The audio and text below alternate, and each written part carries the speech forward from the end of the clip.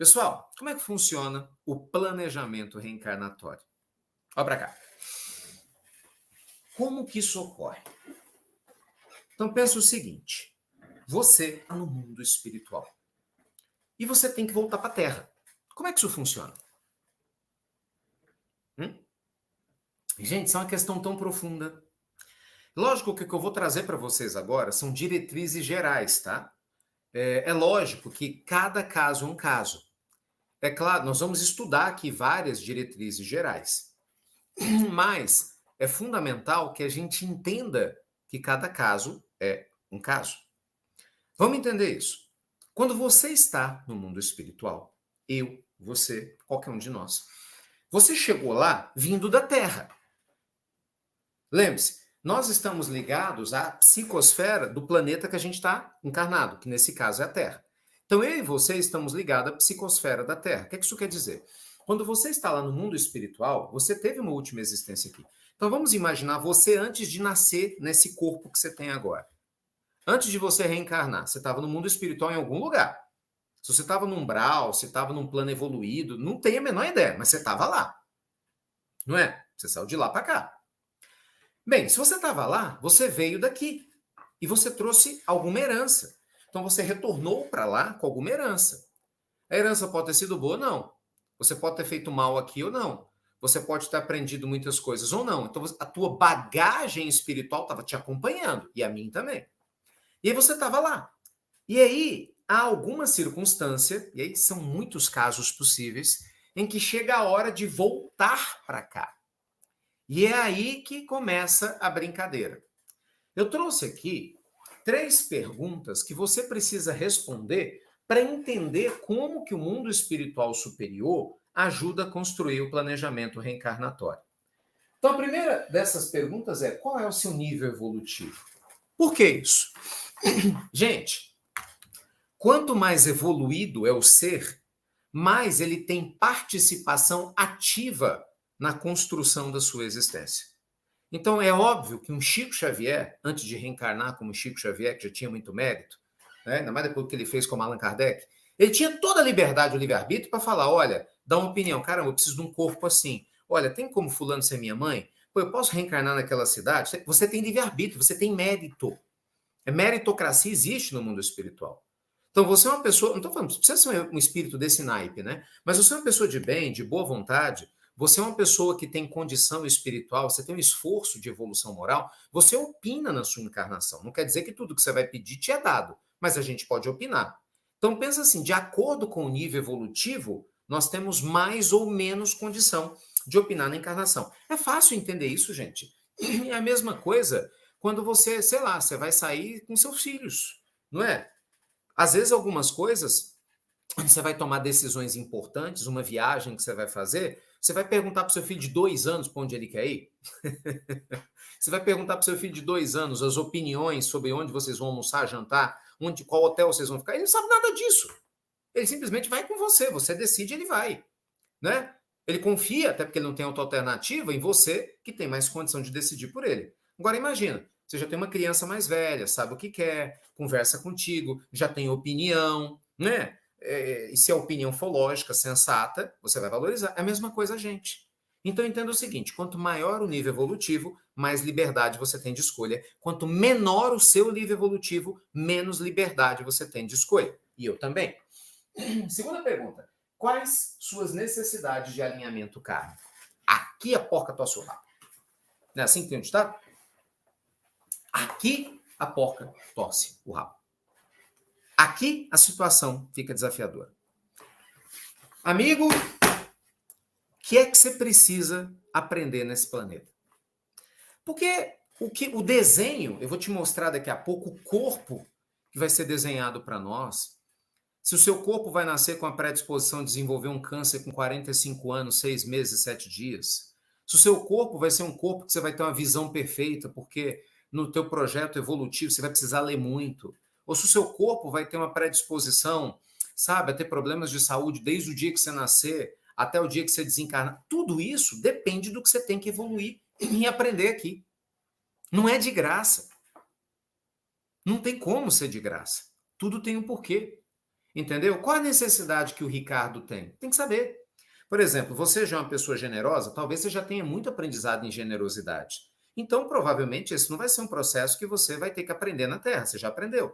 Mas talvez você seja uma pessoa acomodada, você é generoso, mas você é muito acomodado com algumas coisas para você. Então, talvez a vida vai te colocar em situações aqui na Terra para você sair da zona de conforto, porque você, embora generosa, seja preguiçoso, sei lá.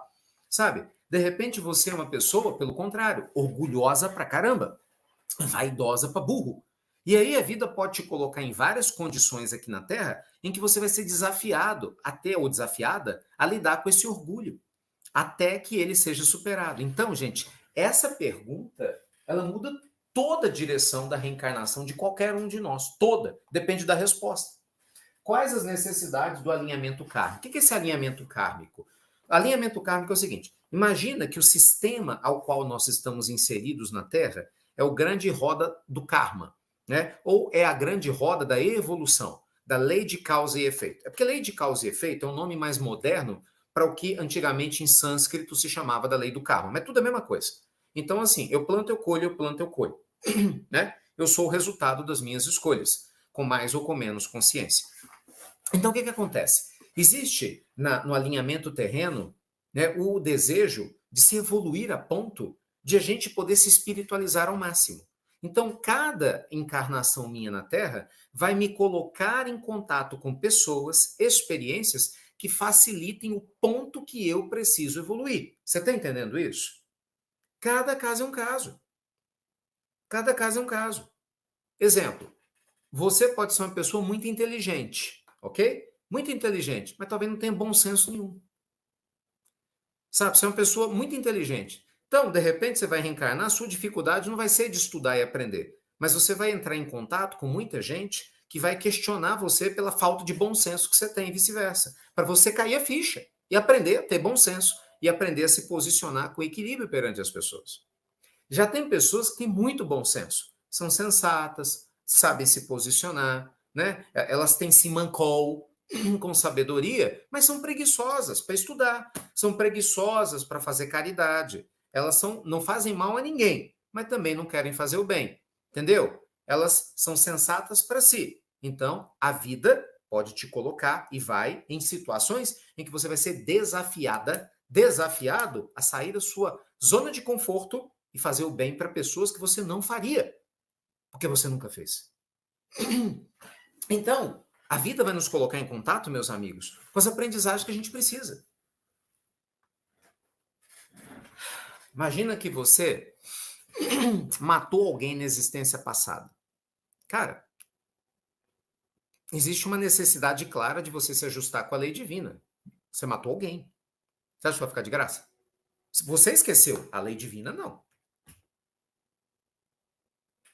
Vamos imaginar que na vida passada você tinha um lar estruturadinho e por causa do desejo sexual desvairado, você traiu sua família e você desmoronou o seu lar.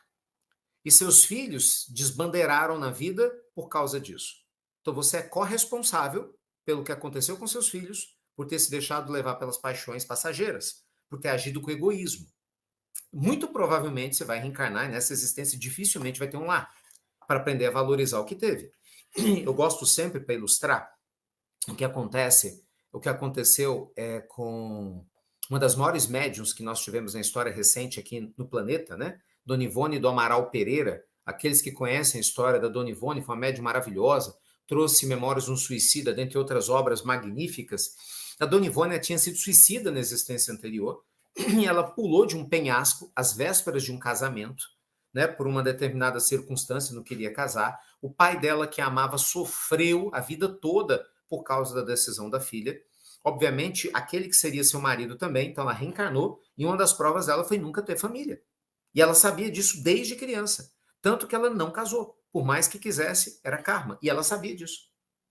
Então, assim, o que você julga ser uma punição é um convite a um reajuste divino. É complicado isso. Eu tô te falando. Gente, detalhe, tá? Pelo amor de Deus. Não tome os exemplos que eu vou trazer como verdades absolutas. Cada caso é um caso.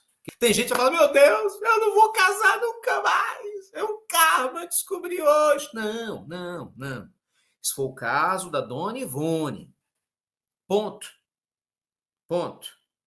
Muitas pessoas vão encontrar o amor da sua vida depois que tiverem determinadas aprendizagens. Pode ser depois de 50 anos, pode ser depois de 20, pode ser depois de 30. Talvez você não vá ter essa conexão com o amor da sua vida agora, vai ter na próxima existência.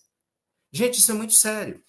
Muitas pessoas, já que eu falei da parte afetiva, só para completar o exemplo, muitas pessoas que nessa existência estão muito bem resolvidas no amor, com certeza absoluta, estão trabalhando isso há várias existências. Isso não é do nada. Você pode ter certeza disso. Do mesmo jeito que uma pessoa hoje tem mediunidade ostensiva na veia, maravilhosa, como Chico Xavier tinha, isso não é colocado assim, um dedo na tua cabeça, vai, reencarna que você vai ser um médium maravilhoso. Não, é treino. Muitas existências trabalhando perispírito, gerando mérito. Muita gente que hoje tem uma saúde legal, bacana, talvez tenha sido os doentes da vida anterior. 3 últimas existências, só doença, só problema, mas se libertou. Leia o livro Céu e Inferno, na segunda parte. Relato de diversos espíritos que desencarnaram, está lá. O relato deles, estou dando a fonte. Leiam, estudem. E vocês vão ver quantos seres doentes fisicamente que comeram pão que o diabo amassou com manteiga, entendeu? E cafezinho e chocolate quente na terra, mas que não se revoltaram e chegaram no mundo espiritual como vencedores, como espíritos completistas e tiveram o livre-arbítrio de escolher aquilo que desejar. Então, assim, nada acontece por acaso. Pare de entrar na posição de vítima. Ai, a minha vida é uma droga. Não, para com isso, para com isso. Você tem que entrar na posição de responsável. Como eu faço a minha vida ser melhor? E eu vou te mostrar isso. Se você ficar comigo essa semana toda no Berço ao Túmulo, nós vamos estar juntos. Isso é só mais uma aula, tem várias outras aulas esperando. Então, eu estou te explicando a complexidade do processo kármico que traz a gente aqui para a Terra. Tá? Presta atenção nisso. 3. Quais são suas necessidades de aprendizagem? Então, esse casamento entre o seu nível evolutivo, as necessidades de alinhamento kármico e aprendizagem vão predeterminar esse conjunto de situações todas que eu estou te falando. E aí, ainda tem outro detalhe. Essa reencarnação que você vai ter na Terra, lembre-se, ó, ela pode ser reencarnação consentida, quando você concorda. Então, assim, a reencarnação ela pode ser consentida ou compulsória. Não precisa nem falar, né? Num planeta como a Terra, a maioria das reencarnações ainda acaba sendo compulsória. O que é a reencarnação consentida? Você tem lucidez, bom senso, sabe que vai reencarnar, tô dentro, topa e vem, tranquilo. Mas tem muitos seres que estão na região umbralina, né? É o que as tradições do mundo, das tradições teológicas e religiosas chamam de inferno, que nada mais são do que regiões, né, de padrão vibracional mais denso ligado ao planeta Terra, cujas presenças nobres que lá se encontram, ou seja, muitos de nós, né, de lá saíram, e se não fizer muita coisa boa para lá, voltaremos. Lá tem espíritos duros, maldosos ainda, negligentes. Você acha que esse espírito está preocupado em reencarnar? Você acha que ele tem lucidez, ele tem maturidade para... Ai, vamos reencarnar, realmente eu errei. Não! Se ele está nessa região, não. Mas a lei divina é para todos. E chega uma hora que todos temos que evoluir, porque a lei da evolução, ela é contínua. E é exatamente aí que vem a reencarnação compulsória. Então, de maneira geral, a gente volta para a Terra, ou a convite, e, consequentemente, a gente interfere positivamente nessa construção. Não estou dizendo que determina, a gente interfere, pode dar uma opinião ou outra. Você tem os espíritos responsáveis por isso. Ou então, nós vemos numa reencarnação compulsória. Mas, de um jeito ou de outro, seja sua reencarnação consentida ou compulsória, nós estamos ligados a cidades espirituais. Nós estamos ligados a um grupo espiritual de apoio que nos acompanha.